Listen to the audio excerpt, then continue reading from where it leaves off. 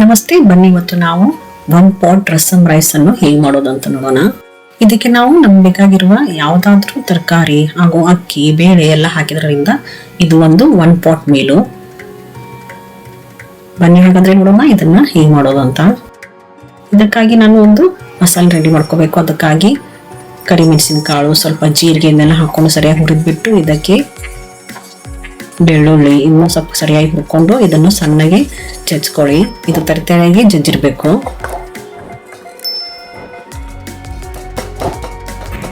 ನೋಡಿ ಈ ತರ. ಆಮೇಲೆ ನಾನಿಲ್ಲಿ ಸುಮಾರು ಅರ್ಧ ಕಪ್ ಅಷ್ಟು ಅಕ್ಕಿ ಹಾಗೂ ಅರ್ಧ ಕಪ್ ಅಷ್ಟು ತೊಗರಿ ಬೇಳೆಯನ್ನು 1 ಗಂಟೆವರೆಗೂ ನೆನೆ ಇಟ್ಟಿದ್ದೆ, ಸರಿಯಾಗಿ ತೊಳೆದ್ಬಿಟ್ಟು. ಬನ್ನಿ ಈಗ ಒಗ್ಗರಣೆ ಮಾಡ್ಕೊಳ್ಳೋಣ. ಅದಕ್ಕಾಗಿ ಎಣ್ಣೆ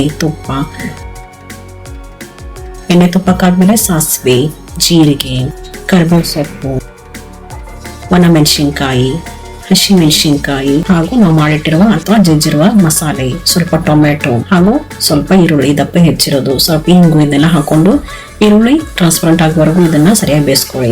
ಆಮೇಲೆ ಇದಕ್ಕೆ ಅರಿಶಿನ ಪುಡಿ ಹಾಗೂ ನಾವು ಇಲ್ಲಿ 2 ಟೇಬಲ್ ಸ್ಪೂನ್ ಅಷ್ಟು ರಸಂ ಪೌಡ್ರು ಹಾಗೂ ಸ್ವಲ್ಪ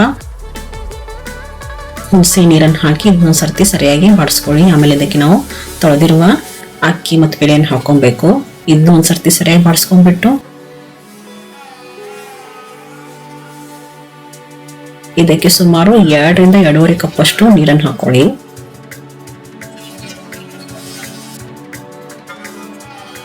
ಇದಕ್ಕೆ ರುಚಿಗೆ ತಕ್ಕಷ್ಟು ಉಪ್ಪು ಹಾಗೂ ಸ್ವಲ್ಪ ಬೆಲ್ಲ ಇದನ್ನೆಲ್ಲ ಹಾಕೊಂಡು ಕಲಿಸ್ಬಿಟ್ಟು ಸುಮಾರು 2 ರಿಂದ 3 ವಿಸಿಲ್ ಕೂಗಿಸ್ಕೋಬೇಕು. ಯಾಕಂದ್ರೆ ನಾವು ಇದರಲ್ಲಿ ಬೇಳೆನ ಹಾಕೊಂಡಿದ್ದೀವಿ. ನೋಡಿ ನಮ್ದು ವಿಸಿಲ್ ಕೂಗಾಗಿದೆ ಹಾಗೂ ನಮ್ಮ ರಸಂ ರೈಸ್ ತಯಾರಾಯ್ತು. ಬನ್ನಿ ಇದ್ಮೇಲೆ ಸ್ವಲ್ಪ ಕೊತ್ತಂಬರಿ ಸೊಪ್ಪನ್ನು ಹಾಕೊಂಡು ಸರ್ವ್ ಮಾಡೋಣ. ನೀವು ನೀರನ್ನು ಎಷ್ಟು ಹಾಕೋತಿರೋ ಬೇಯಕ್ಕೆ ಅಷ್ಟು ಇದು ಮೆತ್ತಗೆ ಬರುತ್ತೆ. ನೋಡಿ ಎಷ್ಟು ಚೆನ್ನಾಗಿ ಬಂದಿದೆ ಅಂತ. ಇದನ್ನು ಖಂಡಿತವಾಗಿಯೂ ನೀವು ಮನೇಲಿ ಟ್ರೈ ಮಾಡಿ ಹಾಗೂ ನನ್ನ ಚಾನಲ್ ಅನ್ನು ಸಬ್ಸ್ಕ್ರೈಬ್ ಮಾಡೋದನ್ನ ಮರಿಬೇಡಿ. ಧನ್ಯವಾದಗಳು.